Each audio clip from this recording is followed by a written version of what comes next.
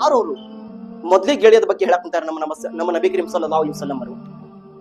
ನಿಮ್ಮ ಸಂಪತ್ತು ಏನಿದೆ ಬರೀ ನಿಮ್ಮ ಸಾವು ತನಕ ಅಷ್ಟೇ ನಿಮ್ಮ ಜೊತೆ ಇರೋದು. ನಿಮ್ಮ ಸಂಪತ್ತು ಏನ್ ಜಮಾ ಮಾಡ್ತಿರಲ್ಲ ಒಬ್ಬರೇ ಸಾವು ತನಕ ಅಷ್ಟೇ. ಹೇಗೆ ನೀವು ಸತ್ತಿದ್ದೀರಾ, ಯಾವುದೇ ನಿಮ್ಮ ಪ್ರಾಪರ್ಟಿ ನಿಮ್ದಲ್ಲ.